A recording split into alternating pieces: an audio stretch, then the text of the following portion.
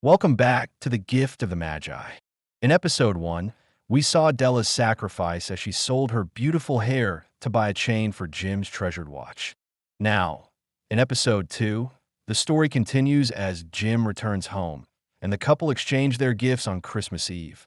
Let us discover how love and sacrifice reveal their true meaning. When Della arrived home, her mind quieted a little. She began to think more reasonably. She started to try to cover the sad marks of what she had done. Love and large-hearted giving, when added together, can leave deep marks. It is never easy to cover these marks, dear friends, never easy. Within 40 minutes her head looked a little better. With her short hair, she looked wonderfully like a schoolboy.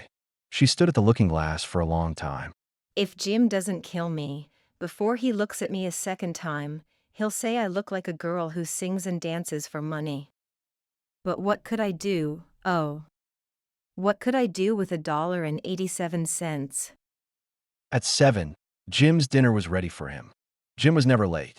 Della held the watch chain in her hand and sat near the door where he always entered. Then she heard his step in the hall, and her face lost color for a moment. She often said little prayers quietly about simple, everyday things. Please God, make him think I'm still pretty. The door opened, and Jim stepped in. He looked very thin, and he was not smiling.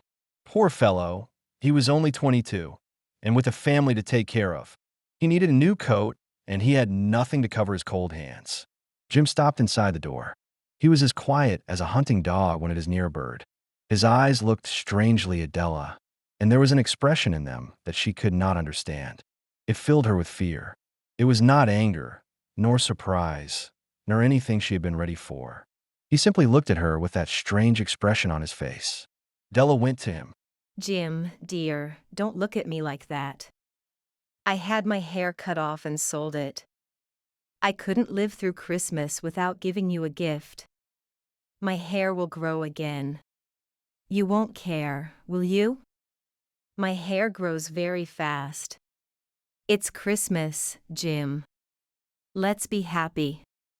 You don't know what a beautiful nice gift I got for you. You've cut off your hair. He asked slowly. He seemed to labor to understand what had happened. He seemed not to feel sure he knew. Cut it off and sold it. Don't you like me now? I'm me, Jim. I'm the same without my hair. Jim looked around the room. You say your hair is gone? You don't have to look for it. It's sold, I tell you, sold and gone, too. It's the night before Christmas, boy. Be good to me, because I sold it for you. Maybe the hairs of my head could be counted, but no one could ever count my love for you. Shall we eat dinner, Jim? Jim put his arms around his Della. For 10 seconds, let us look in another direction. $8 a week or $1,000,000 a year. How different are they? Someone may give you an answer, but it will be wrong. The Magi brought valuable gifts, but that was not among them. My meaning will be explained soon. From inside the coat, Jim took something tied in paper. He threw it upon the table. I want you to understand me, Dell. Nothing like a haircut could make me love you any less. But if you'll open that, you may know what I felt when I came in. White fingers pulled off the paper, and then a cry of joy, and then a change to tears. For there lay the combs that Della had seen in a shop window and loved for a long time. Beautiful combs, with jewels, perfect for her beautiful hair. She had known they cost too much for her to buy them. She had looked at them without the least hope of owning them. And now they were hers, but her hair was gone. My hair grows so fast, Jim. And then she jumped up and cried. Oh! Jim had not yet seen his beautiful gift. She held it out to him in her open hand.